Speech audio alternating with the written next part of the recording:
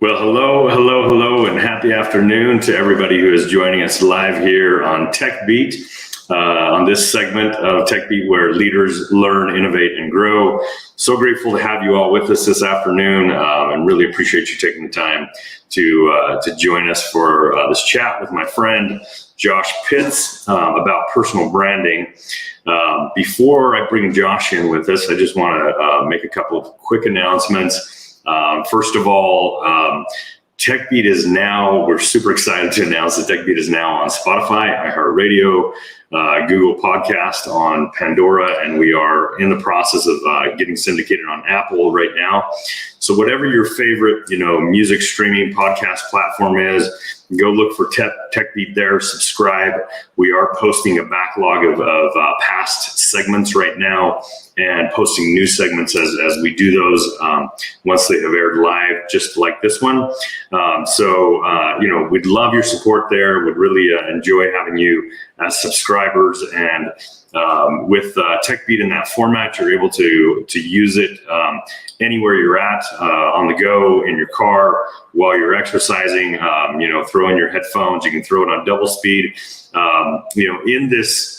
In this podcast, we get a massive amount of really cool leaders who have done cool stuff and learned a lot of valuable lessons throughout their entrepreneurial career. I know that, in fact, Josh and I were just talking before we got on here that one of the things that I love most about doing this podcast is that I learn so much from every guest that comes on. It's massively valuable to myself, and I encourage you to go subscribe, because I think that there's just a ton of really great content with really awesome takeaways that everybody who is part of this community and partakes of this podcast can leverage and benefit from. Let's see, we will have question and answer kind of throughout the hour here and towards the end of the hour. So whatever platform you're joining us on, feel free to comment on that platform or ask questions. Josh and I will do our best to keep an eye on those throughout the hour and get to them throughout the hour or towards the end of it. By the way, my name is Earl Foote. I'm founder CEO of Nexus IT. I guess I should have said that up front. But Nexus IT is an outsourced white glove IT support services and cybersecurity firm based here in northern Utah and servicing a nationwide footprint and beyond. I did want to also mention that we have some exciting episodes or segments of the TechBeat podcast coming up here the first part of next year. We have Shar Ignacio from Hire CXO Pro, Rob Harder, the executive director of the Christian Center Park City, and Danny Tony of TonyCo, who will be joining me as guests in January and February. And we are currently booking out for beyond that. We've got a lot of exciting guests that'll be coming up here on TechBeat. I also wanted to mention, starting in 2022 in January, we are launching a new segment of TechBeat. We are calling TechBeat Bites, 3 on-point business tips in 5 minutes. And so this hour-long, podcast has been really fantastic. Really well received by the community. People have a lot of fun with it, but we also know that, in today's world, short consumable content is also very appreciated. And so keep an eye out in January. We will have TechBeat Bites coming up with those 5-minute episodes with some really cool leaders as well and entrepreneurs. So with all of that said, let me bring my good friend Josh Pitts up on the screen here and introduce him officially to all of you. Josh is the founder and CEO, which he calls Chief Enthusiasm Officer, and you're going to find out this is a guy that's got a lot of enthusiasm to go around. Josh is CEO of Shred Media. Josh has spent the last decade in the mortgage and real estate industries. Recently, he has refocused his energy and efforts on Shred Media, building the industry's #1 attention and impact agency. Josh built a massive personal brand by doing live interviews every day with top professionals throughout the mortgage, real estate, and banking industries, sharing what they're currently doing to dominate within their own marketplace. Josh, welcome, my friend. So glad to have you here today. Dude, I'll tell you what, Earl. Thank you so much for the interview. Thank you for the opportunity to be here. I'm excited to hang out with you. Last time I had you in studio, you and I are both here in Utah. We had the opportunity to shred together. I'm so excited to be here on Tech Beats. Thank you for the opportunity. Excited to be hanging out with you for a little while today. Likewise, brother. Thanks so much for taking the time to be with me today and to share your story. So I know, the topic of the hour, which is something that you've, developed some specific expertise and understanding of, is really, personal branding. And that's been a journey for you, going from being, a real estate mortgage agent and really transitioning into the creative side of that industry and helping your colleagues. But before we kind of dig deeper into that, let's just talk about Josh Pitts as the man, right? Tell us a little bit about, help the audience understand where you grew up, what sort of things you were into as a kid and, as a teenager, what your formative years looked like, and how you ended up in the career you're at, now. Yeah. Well, my story, I like to have fun for none. I live here in Utah, so I love to be outdoors. Like I'm just an outdoor enthusiast. I absolutely love it. It's a ton of fun here. I grew up here in Utah. I grew up in the mountains of Utah. I live up in the Heber area. So if anybody's familiar with Utah, I live up that way. So I'm living literally in the mountains of Utah, which is a ton of fun. And my background, funny enough, Earl, is I kind of did the whole Utah thing. I was going to school. Actually, was going to the University of Utah, and I wanted to be a doctor. University of Utah, baby. I was like, hey, I was in pre-med Rose Bowl this year. Don't mean to divert you, but Rose Bowl, right? Heck yeah. Against Ohio State. That's going to be a pretty exciting game, man. All our U fans out there, I'm stoked for that. Can you believe we made a Rose Bowl? How freaking sick is that? That's pretty exciting for us. Finally, again. I know. So literally, I was going to school, and I'm like, dude, I can't do this. Like, there's no way I can go. Like, I can't do this many years to be a doctor. So I dropped out. I actually got into medical sales for a short time. I always had that entrepreneur spirit, which is really weird because like my mom was kind of an entrepreneur. She always did some things here and there, but my dad was always that type of guy of like, go to school, get good grades, go to college, go get a good job. And I was just like, I couldn't follow that path. So got into medical sales for a short time, did some other like sales positions, but got introduced to the mortgage industry pretty early on in my career. And had a good friend of mine who owned a mortgage company. And he said, hey, I know you've been working on marketing. You've been working on, using social media. And back then, this was, 2008, 2009, social media was still a relatively new thing. People were still trying to figure it out. They're like, hey, can you come help us grow our mortgage company? Like, help us, like, show us how to use social and how to grow our brand. And I'm like, yeah, sure. I'll come help you out.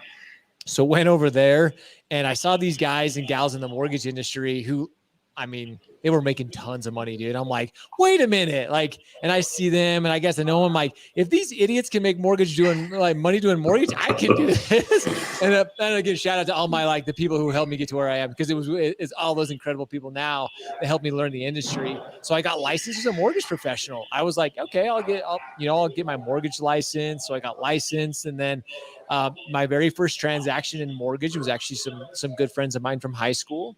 And they were using another mortgage company, and they were kind of getting taken advantage of, which was one of the reasons I was excited about it.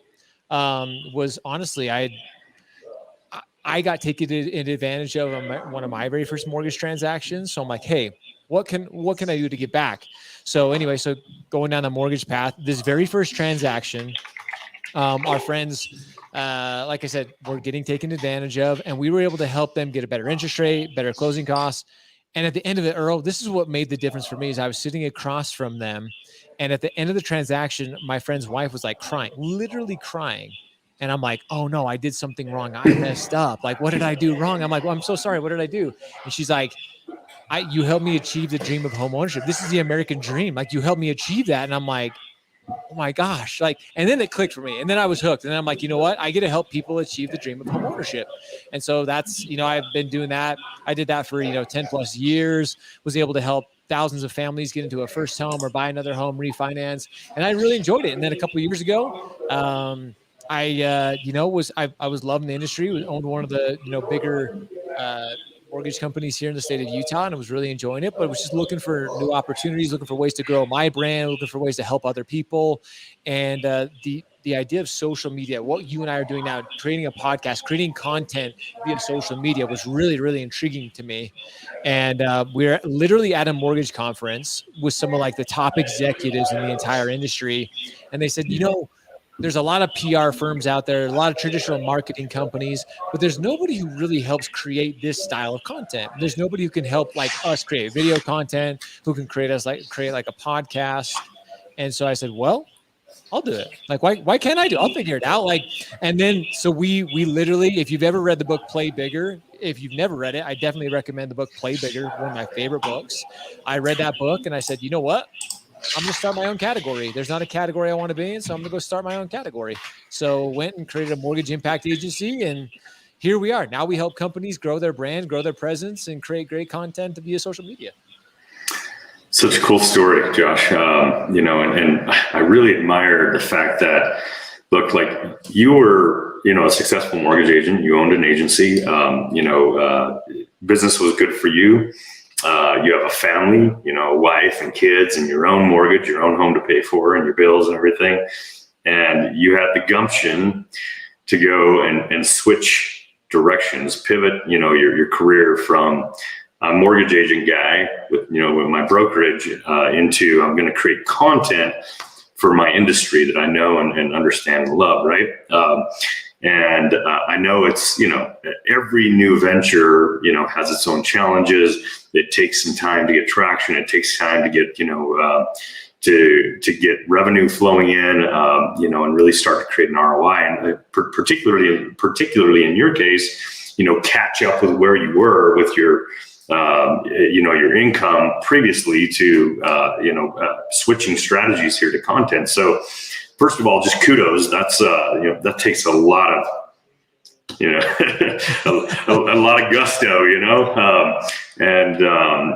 tell us a little bit more about that. I mean, just tell us about that journey and your mindset and, maybe some of the struggles and challenges and what you've learned in that process. Man, it was a struggle. Like I was so, like you said, having a family, going from something I knew so well, like I was so comfortable with, it was a big leap for me. I was like, and of course, my wife has been like the most supportive person ever. She's always supported me, and I've started multiple businesses. I actually, I had a big outdoor company here in the state of Utah for a few years that failed, and she still supported me.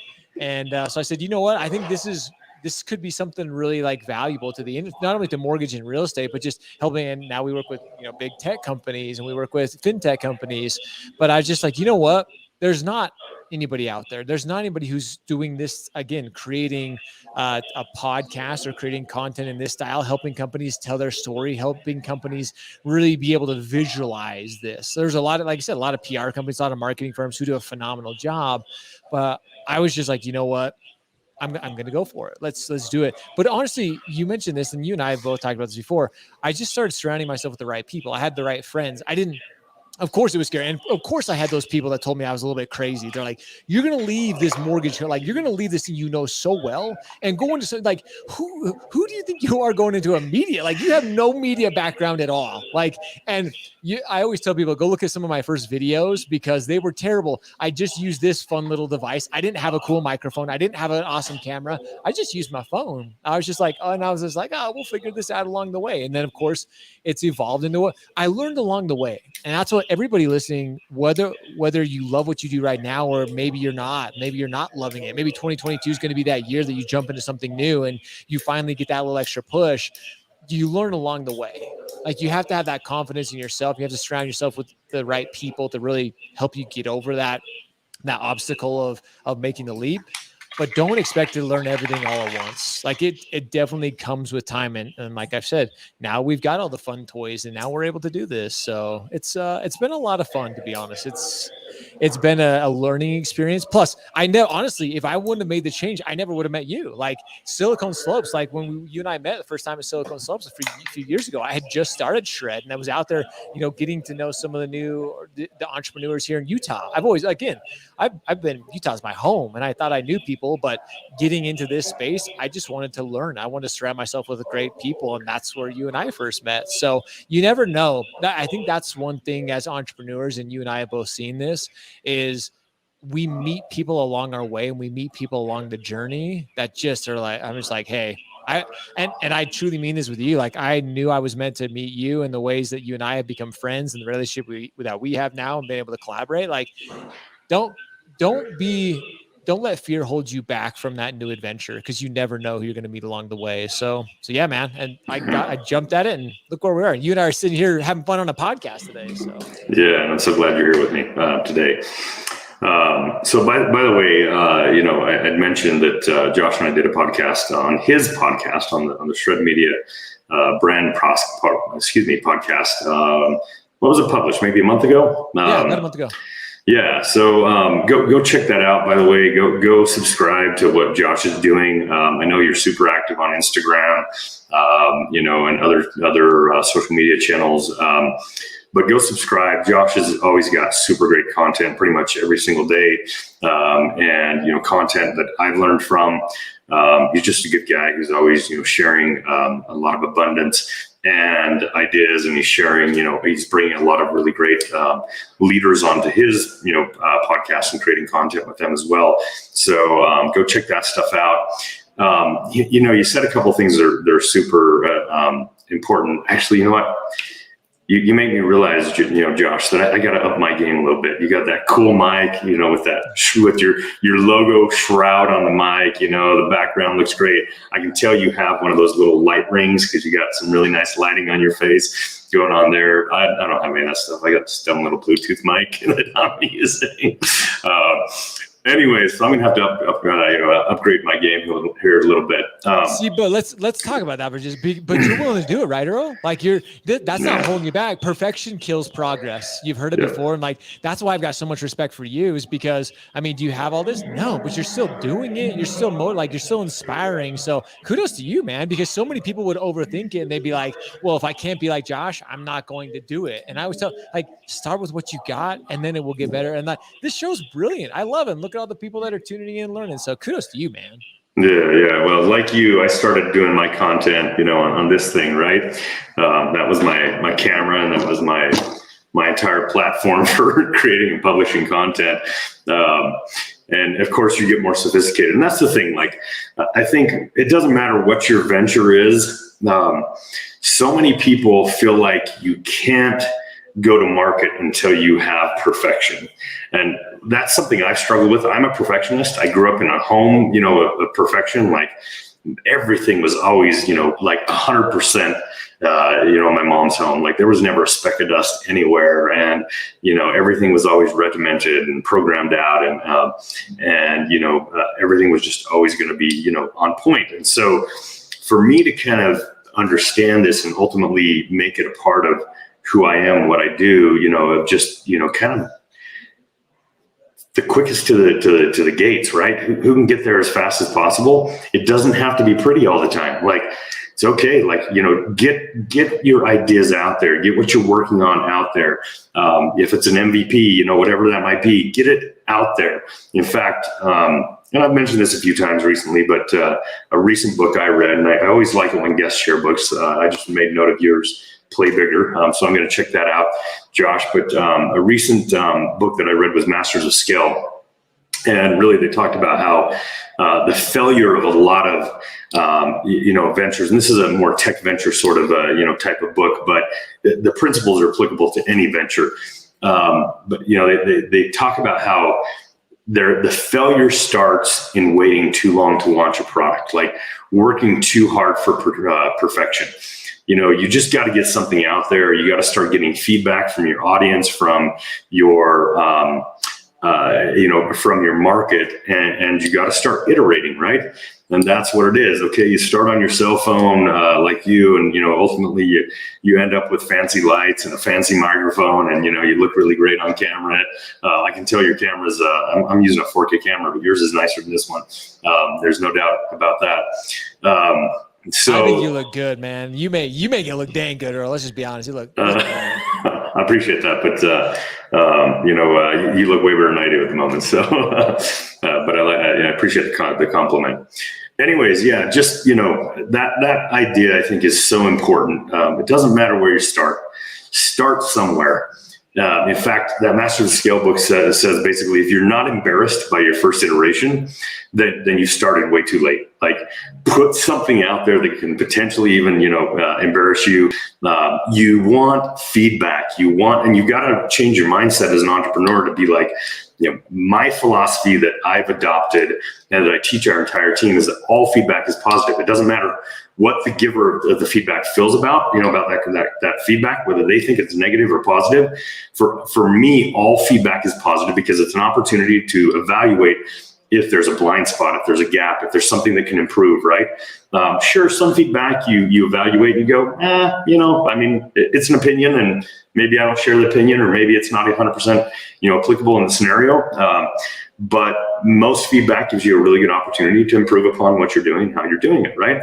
So you got to be open and vulnerable as an entrepreneur, and willing to put yourself out there, which isn't always easy. Particularly, I'm an introvert. I'm a natural introvert, so it's not easy to always do that, but it's important. So let's talk a little bit. Let's dig a little bit into personal branding. I know that this has been a really important part of your journey, the things that you've learned, and really what you're helping your clientele do is to really create a personal brand that translates into business opportunity for them. So let's talk a little bit about that. Tell us a little bit about your relationship and how you've learned about that and the evolution that you've learned through that. Yeah, of course. Personal brand is one of those things that, like most, I've just learned by doing. I've just learned by putting myself out there and figuring out along the way and making mistakes. I love, what you're saying too. Like, your first few videos that you're going to make, they're not going to be perfect. Like, they're going to be so bad. You're going to learn from them. You're going to get better from them. But I mean, just be willing to make those mistakes in the beginning.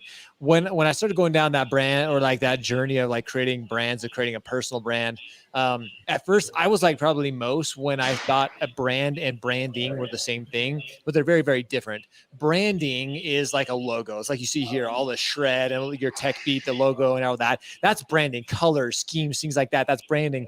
But your brand, your personal brand especially, is what people say about you when you're not in the room.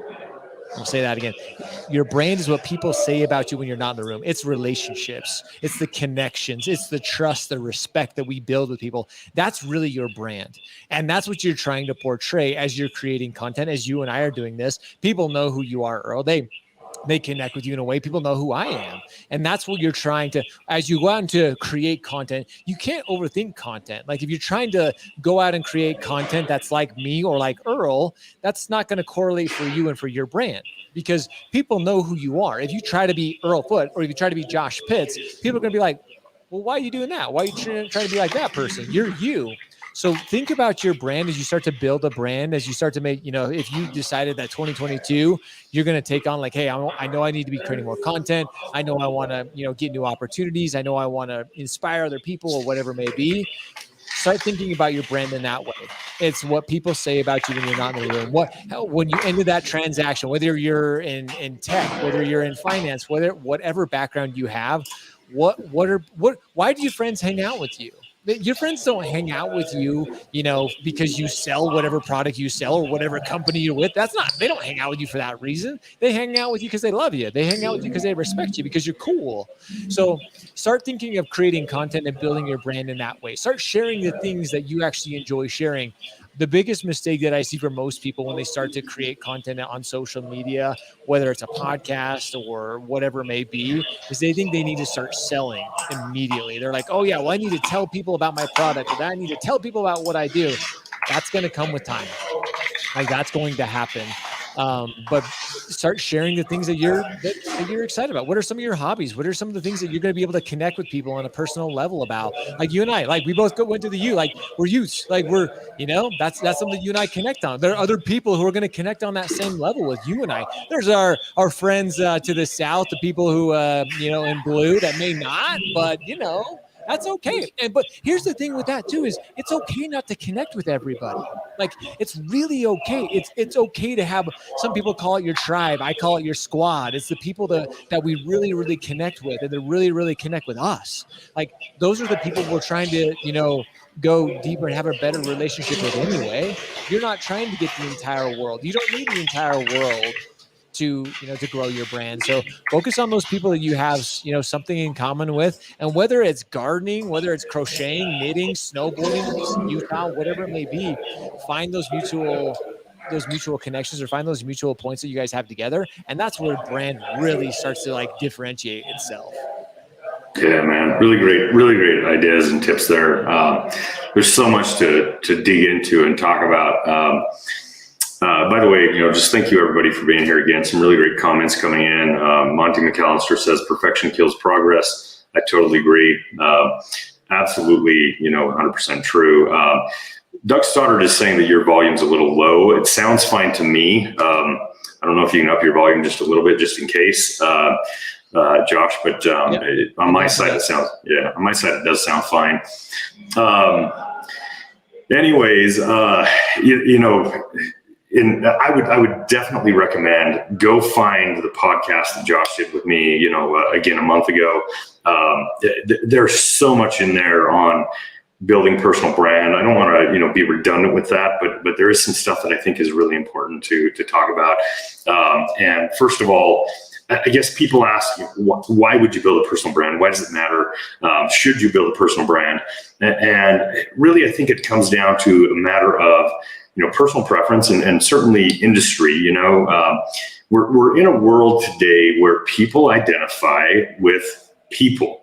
It's not that hasn't always been the case, but I think that, 30 or 40 years ago, you could be somewhat of a faceless corporation and people would do business with you. And I don't think that's the case in today's world. In fact, that's been one of my secrets to success, is to finally figuring out, after really a decade or, nearly 12 years in business of, doing fine, but didn't really hit stride and massive growth until I figured out that because I'm an introvert and I wanted to stay behind the scenes of the business, I didn't want to, be out in the public eye.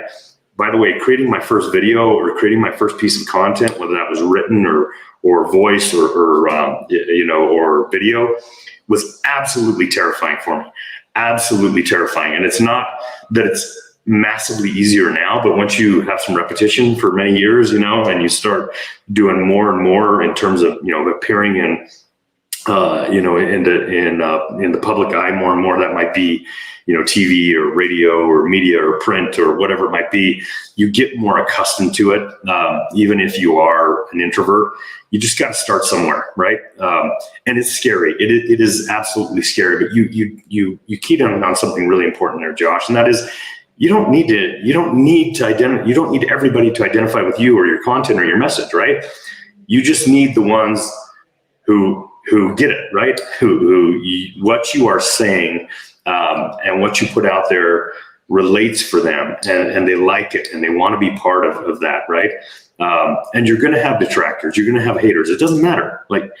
Frankly, it doesn't matter. There was a time when I would get some snide comments and, some things that, on social media and stuff. And for a while, it would kind of hurt my feelings. And I'd be like, well, why am I doing this? Why did I post this stuff? If there's just going to be mean trolls out there who are going to, tear it down, right? And after a while, you just kind of come to the realization that it doesn't matter. Those aren't the people that you care about anyways. If they don't care about you and don't identify with what you're doing, that's okay. It's cool. They're in their lane. Let them be in their lane. You do your thing. You be in your lane. And I promise there are people who will identify with what you're doing, what you're creating, right? So you just go for it. Go ahead, Josh. You had a comment there? Yeah, to that point, Earl, that is so powerful, because most of the time when we get those trolls, when we get those people who want to be negative, honestly, this sounds so cliche, but they're just jealous. They wish they could be doing, they wish they could have that fearlessness to go out and do what we're doing. Most of the time, like they just are so hung up, and they're so stuck, and they're so worried about themselves.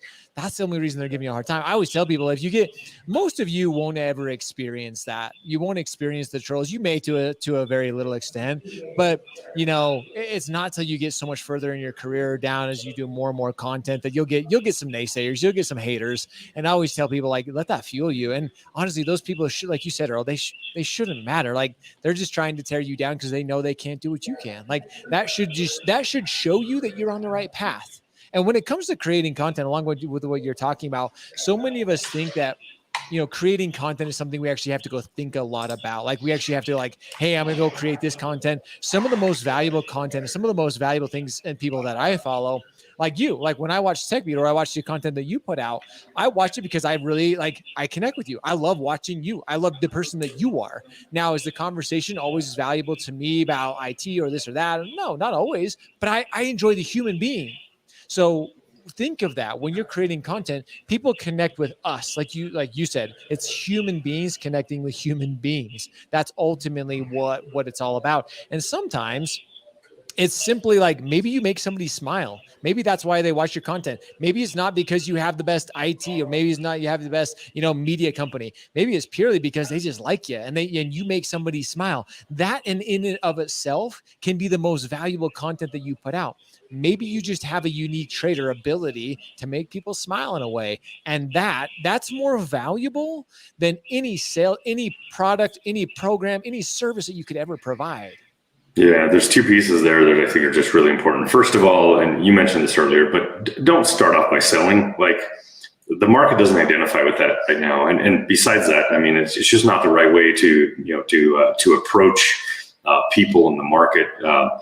Start off by figuring out how to add value. How do you help, right? How do you do something that's impactful and important and meaningful? And to do that, and actually one of our guests today, Lee Barnyard, I'm just going to butcher this. Lee Barnard, he says on LinkedIn, as an entrepreneur, it's really important to find yourself. I remember asking myself, what am I about? What do I believe in? And how am I different than the others? Great topic. Keep up the great work. Thanks, by the way, Lee. We appreciate the support here, and we appreciate you tuning in for this hour. And that's, you and I actually talked about this on the podcast we did together. You have to figure out how to be your genuine self. And sometimes that means you have to do some deep introspective work, right? You really got to figure out who you are as an individual, and you got to figure out, what is my unique value? What do I do different than everybody else? Why, where can I really hone in on some of my talents, on some of the things, some of the gifts that I might have, and how can I use those things to resonate with other people and to help other people, right? When you start there, I can tell you 100%, people identify, with somebody who's genuine, who's authentic, and in many ways is altruistic, right? If you're looking to truly help other people and add value, sooner or later you're going to have a following. Sooner or later you're going to have people who want to see or listen to or read or consume your content, and they're going to support it, and they're going to want to be a part of it, right? And yes, the opportunities will come to highlight, your business and what you do and how you solve problems and what solutions you offer.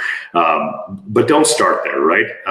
And never make it overly self-promotional in the process. You always got to keep things, just kind of tactful, cool, clean. How do you help? How do you add value? How do you be real? And that's kind of what I found to be important in my journey anyways. So, here's a question. As somebody who is producing content, and particularly generally publishing that to a wider audience, oftentimes an audience that you don't have a personal relationship with. You're publishing across social media, YouTube or podcast channels, whatever it might be, and you might have viewers, you might have supporters that you've never met, or you have honestly no idea who that person really is. So let's talk a little bit about the difference between digital attention and in-person attention, and maybe what's more impactful or how you can be impactful in both arenas. What have you learned there, Josh? Man, I love this. I love going down this road because this is something I get asked a lot, and especially in this new world, as I like to call it, this post-COVID world, or still living in this world. So many people always ask me this. Well, like, Josh, is creating content, is being on social media, being relevant on social media, is it as impactful as actually having like a one-on-one, like in-person relationship? And no, it's not. There's nothing that compares to like an in-person, like. I mean, let's just be frank and be honest. I mean, could we have kids and procreate if we didn't have in-person relationships? No, let's go on there. Like, come on, people, let's just get real. No, of course not. But some of the deep, like the most long-lasting relationships that I have were created first on social media. And I mean that. A lot of the friends, like the executives that I now get to hang out with here in Utah, across, the country, in the mortgage and real estate, I met via social media.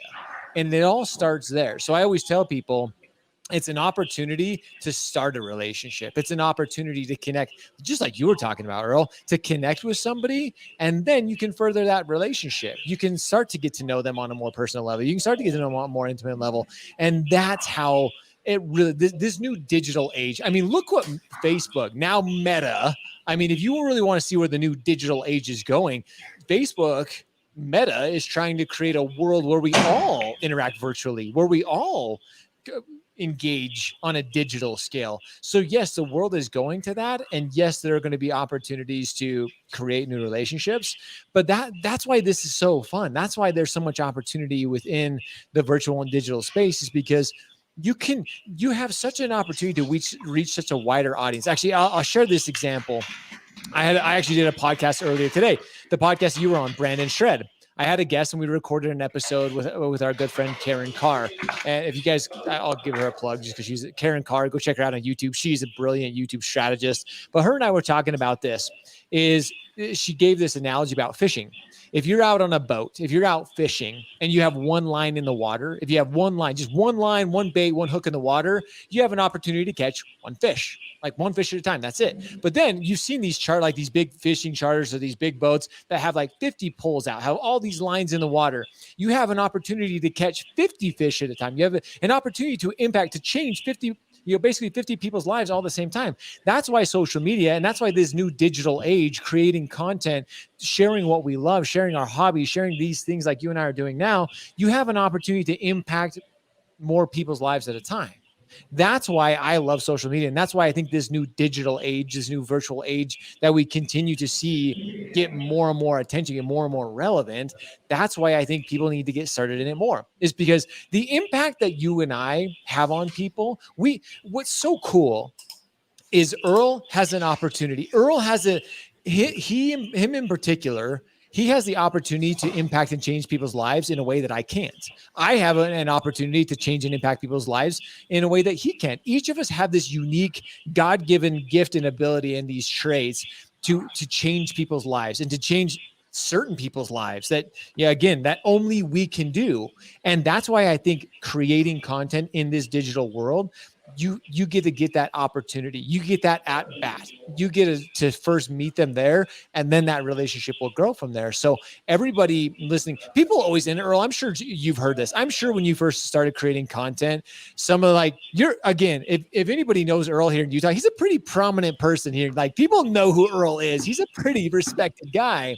I'm sure when you first started creating content, people looked at you like, really, Earl? Like, are you going to be one of those guys? You're going to be an influencer. You're going to be one of those guys creating content. And so many people look at it and they look at us as almost doing it from a selfish place. Like, oh, you want to be a celebrity. Oh, you want to be an influencer, do you? Like, and they think of it as such a negative thing. I look at it as the opposite. I look at the people who aren't doing what you and I do, who aren't putting themselves out there, who aren't, pushing themselves to, in an uncomfortable way. And I think they're the selfish ones who aren't doing it, because, again, we each have an innate ability. Talents to share. Yeah, we all have an innate ability to change people's lives. Maybe just one thing that you said could just impact one person a day, maybe even less, maybe one person a month. But if you're impacting one person a month, that's incredible. Just imagine you're changing one person's life a month. by sharing the content, by sharing your smile, by sharing your abilities that no one else can give. So instead of like, again, like you shared earlier, instead of giving people a hard time or looking down on somebody because they're trying to build a brand, because they're trying to create content, you shouldn't look negatively. You should be supporting them because, again, they're doing something that most people aren't willing to do. So this whole, going back to your original question there, this new age of like digital and virtual attention, I think it just begins to create that relationship so that one day when, you meet that person in person, it's just you already know them. You already trust them. You already like them. Yeah, no, totally 100%. And like you, I've made really good friends, like deep interpersonal relationships that have started virtually and that, later I've met at some event or, some conference, whether it be here locally or, in other places nationally, right? That have become, some of my greatest confidants, right? And some of the people that I trust at a very high level. And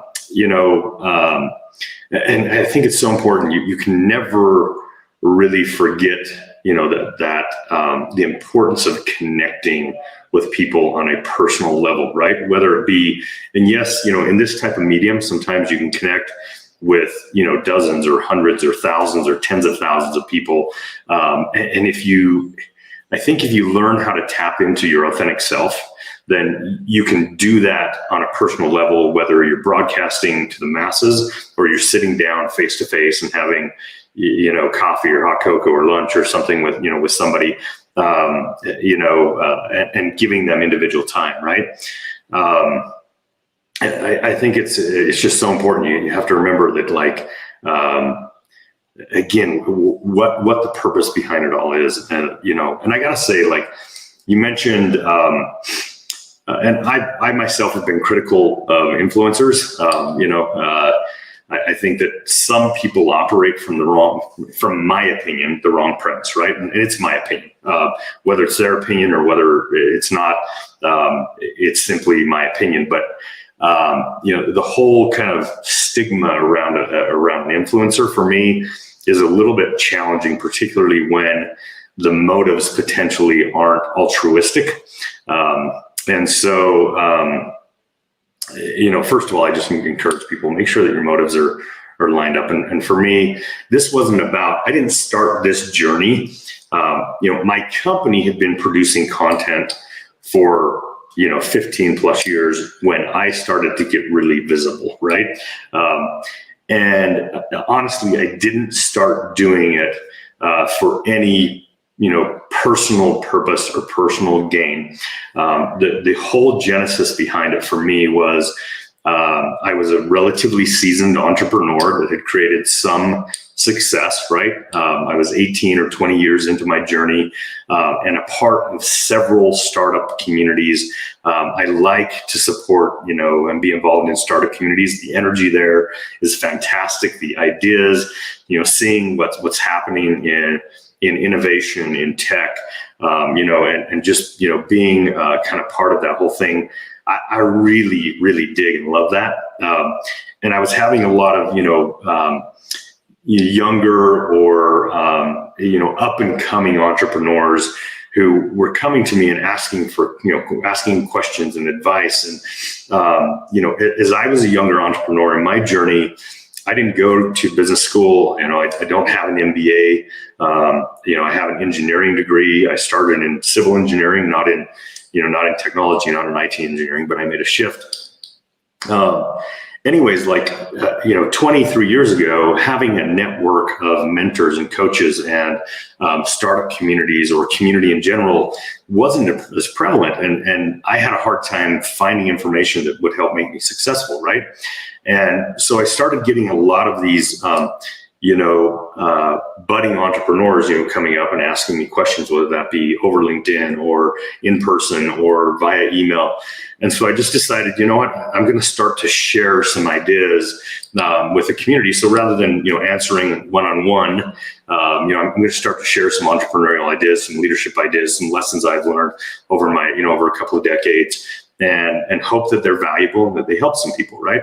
And really that's the genesis behind what has created now TechBeat and a lot of the thought leadership content that we create and put out there. And yes, some people think, okay, this is weird. Why is an IT, support and cybersecurity company creating leadership and entrepreneurship related content? And frankly, I was, the strategy, was, should this just be, a personal effort and in no way related to my business brand whatsoever? But I found that it's been massively valuable. It's been valuable to our clients, to our partners, to our community, and unequivocally, and I won't lie, it has created a significant amount of business opportunity. I can pin nearly tens of millions of dollars of revenue to a very thoughtful approach to thought leadership, right? And creating value-added content.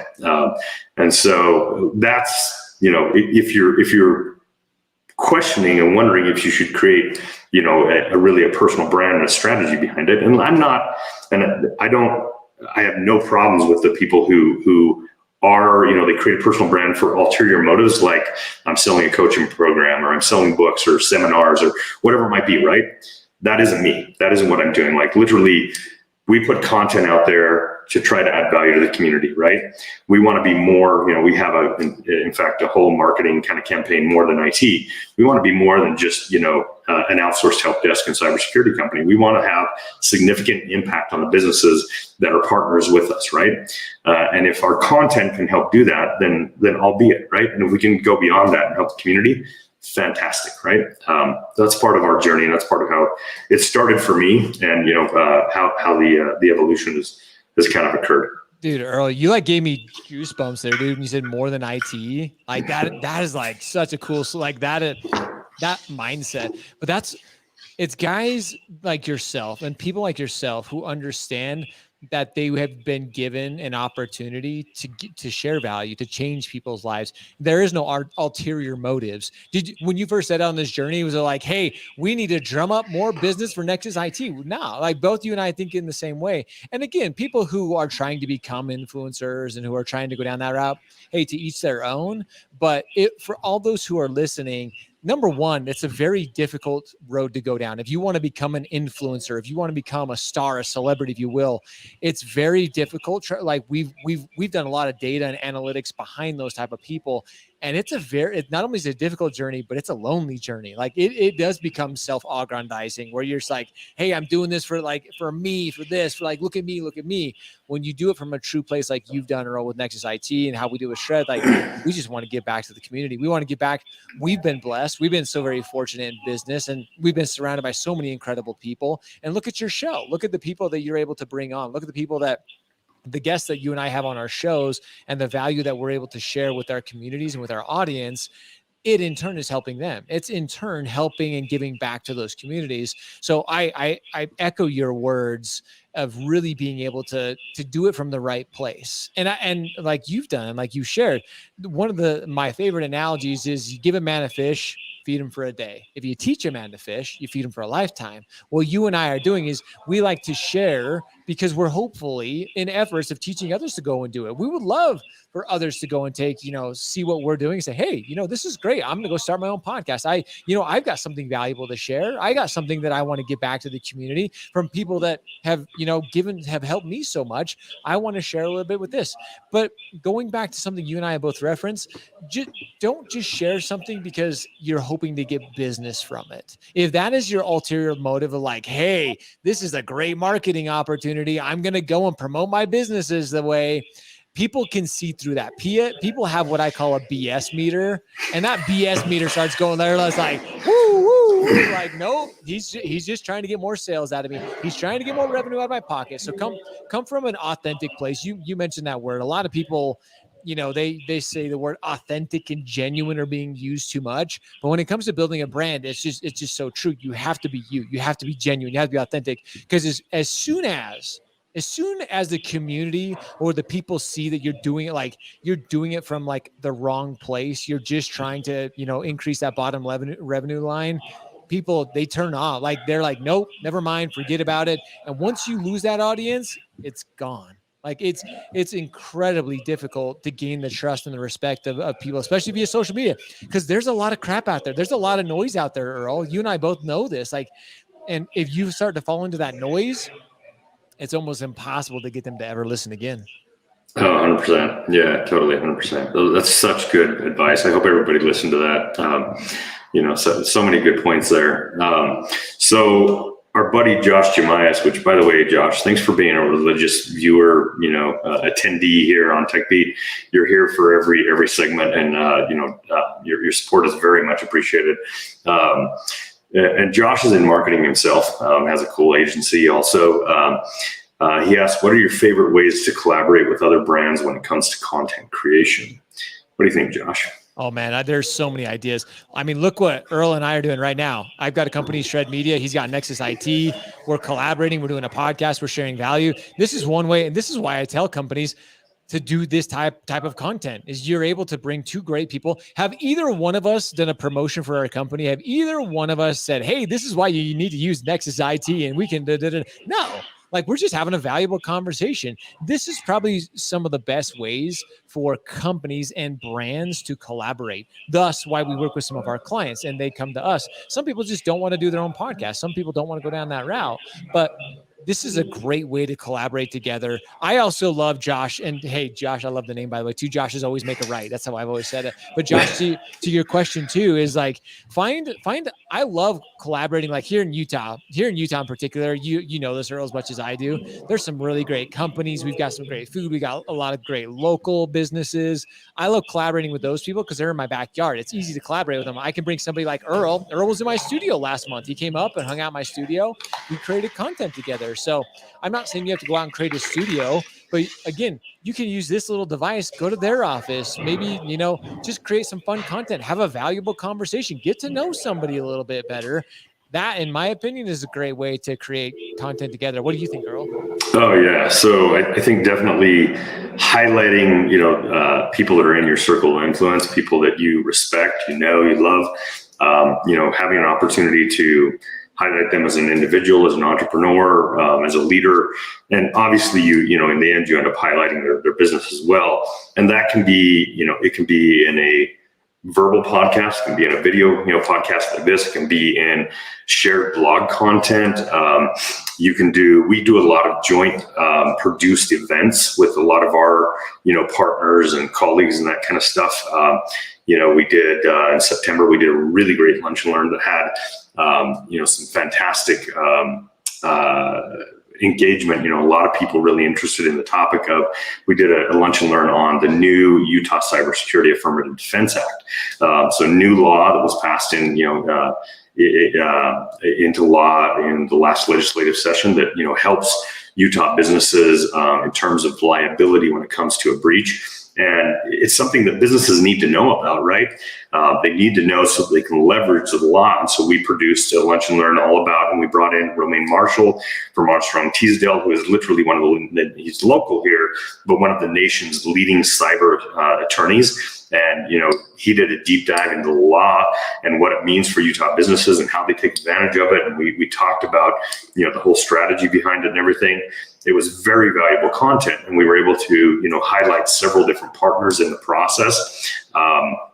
And you mentioned, Josh, just like, and that's the thing for me that has actually been very relieving in having a value-added content strategy, is that you no longer really have to self-promote your brand very much, right?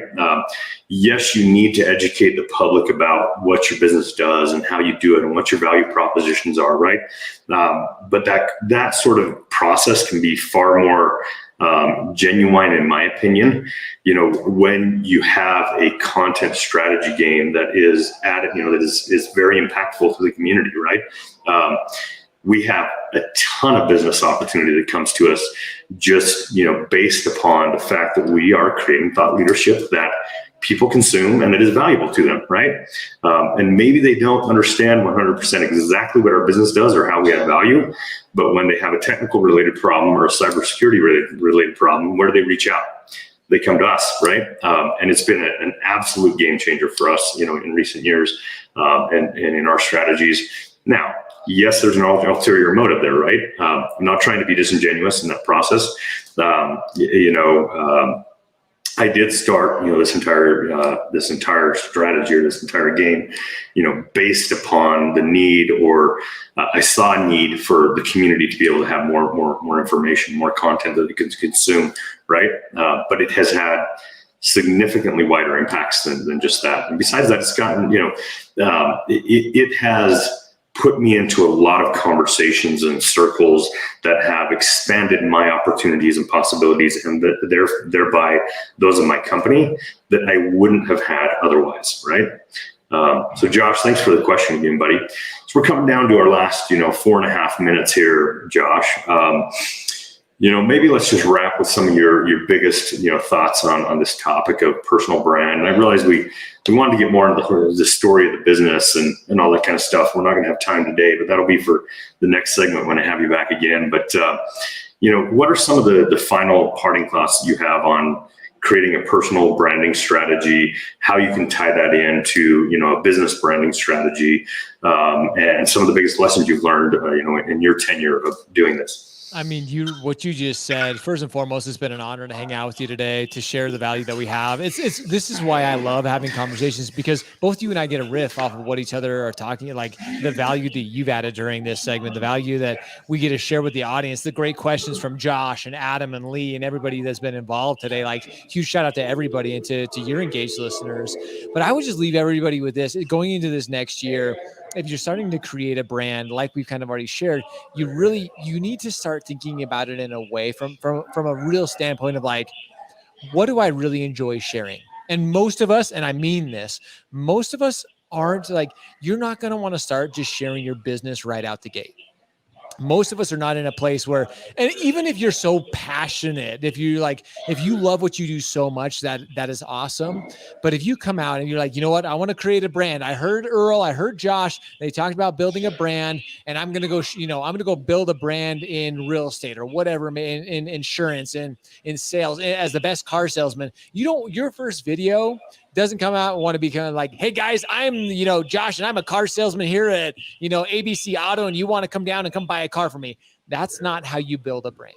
Start sharing experiences. And this is something very personal. And you and I talked about this on last time you and I spoke, is whether you decide to share actual personal information, whether you're like sharing stuff about you, your family, your hobbies, the things that you really do, the things outside of work. That's where I started. I tell people a lot, my story, a lot of it came from when I was in mortgage. I was known as the outdoor LO. I loved to be the outdoor loan officer. I loved the outdoors. I loved hiking. I loved riding bikes. I loved boating, anything outdoors. That was me. And that's what I started sharing with the world. Most people had no idea that I was a mortgage professional. I just started sharing my adventures in biking. I started sharing my adventures climbing, hiking in the back mountains of Utah. And I started getting into groups of like hikers and bikers. And then like you mentioned just a second ago, Earl, they got to know me on a personal level. And they're like, hey, Josh, by the way, what do you actually do? And that's when once I built that relationship with them that I was like, hey, it will come with time. Another book that I absolutely love that we'll kind of wrap here up on is, if you've never read the book, Jab, Jab, Jab, Right Hook by Gary Vaynerchuk. Probably one of my favorite books. Unfortunately, it's not on Audible. I wish it was, but he actually talks about why it's not. If you read that book, you'll understand it. There's some visuals and some things in there, but the book is basically this: is a boxer or a fighter. If any of you fighting fans or boxing fans out there, if you understand fighting, when two opponents get into the ring, they start to throw these little jabs. They kind of dance around, they're jabbing. They're getting to know their opponent. They want to know what they're about. They want to know the physical abilities. They want to know how far they can kind of reach. And then once they kind of get to know their opponent, there comes a time in the match where they throw that right hook. They throw that haymaker. They're coming at that opponent with everything they got because they want to land that hook. They want to land that punch and hopefully knock him out. It's the same exact concept when it comes to creating content. You're not like, if you just throw that right hook at first, like we've said, and say, hey guys, look at me. I'm creating content because I want more sales. I want more revenue. I want more business. This is why, like, look at my cool company. I do this, and this is how I can serve you. People are going to shut you out. People are going to be like, nope, like I am not interested in what you have to share and what you have to sell. But if you just start sharing if you start sharing your life, you start sharing who you are, your story, we as human beings are going to connect with you. We're going to see that story. And I'm going to be like, man, Earl, that dude's cool. Like, I want to get to know him better. I want to get to know his hobbies better. So that's what I would share as kind of parting words and as kind of parting thoughts with everybody, is really come from, as you start to create your brand, as you start to go on this journey, and it is a journey. It's not going to happen overnight. Earl, you mentioned this. You've been doing this for years now. You and I have both been doing this for a long time. Whether you have one viewer, 100 viewers, or 10 million viewers, it doesn't matter. Ultimately, you are just in it to share and be valuable to the people around you, because you're at one time or another, you're going to impact somebody's life. You're going to change somebody's life for the good. And you just have to continue. You have to stay consistent with it, continue to share valuable content, continue to interact and share value when you can.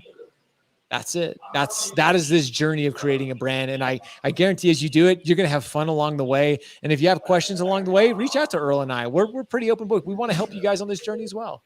Yeah, 100%. Josh, thank you so much for sharing this hour with me, with the audience here. We just got a comment. It says LinkedIn user. I apologize. We don't have a name on this one. It says this has been so good. Thank you, Earl, for the invite, and thank you, Josh, for the content. And I just got to say, to reiterate what you've touched on. We're slightly over time here, but I think things are going really well. Just figure out how to incorporate who you are as an individual and outside of the office with your content. There are so many ways to tie in, your passions outside of the office, the things that you're into, the things that you love, the things you do, into business related content. You can figure out metaphors, you can figure out parallels between the lessons you learn in your hobbies and in your talents, and how they apply to business. And you can share those, in thought leadership, whatever that content looks like. And that's the thing, like people, even here, even on LinkedIn, people don't like boring, bland business content. Like how often are you going to go read, some 10-page, article that's just really drab and bland? But when you're incorporating a human element, an authentic human element of a real person that has unique interests and unique talents, and you figure out how to kind of tie that all into, your content and your message, that's where you're going to find a lot of success. One other, just parting piece of advice is you got to also figure out, as you build a business brand, if your business is not you, right? If it's not specifically you as a person, maybe if you're a mortgage agent, like the business is just you, right? But if the business is not just you, you also have to figure out how to not overshadow your business brand with your personal brand. You need to make it complementary. You need to figure out how, that personal brand also supports the business and becomes an important part of it. Maybe that means you need to segregate it out. Maybe there's a personal brand for a reason. Maybe it is a coaching program or, a book or something. And maybe you have a business that does something different, right? But anyways, just, a few pieces of advice. Want to thank everybody who's joined us here this hour. It's been an awesome conversation. Josh, thank you so much again, my friend, for sharing your abundance, your experience, your knowledge, your tips, and, everything that you've learned with the audience today. Really appreciate it. Just want to remind everybody, go look for TechBeat on Spotify, iHeart, Pandora, Google, soon to be Apple, and then any Podbean, any other, massive or any of the other major, podcast channels. Go look for us there. Subscribe. Come back in January for our segments, coming up, TechBeat and TechBeat Bites. And I'd be remiss if I didn't wish everybody a super happy holiday season for you and yours. May the rest of 2021 be beautiful. May it be bright, and may 2022 bring all of your wildest dreams, to you and those that you love. Really wishing the best to everybody in this time of year and this season. Anything else, Josh? No, man, that was beautiful. You're incredible. What you're doing is from such a genuine and authentic place. So huge shout out to you. Kudos. Thanks for the opportunity to be here, and thanks for everybody involved. Happy holidays, everybody. All right. Happy holidays, everybody. We're signing off. See y'all later.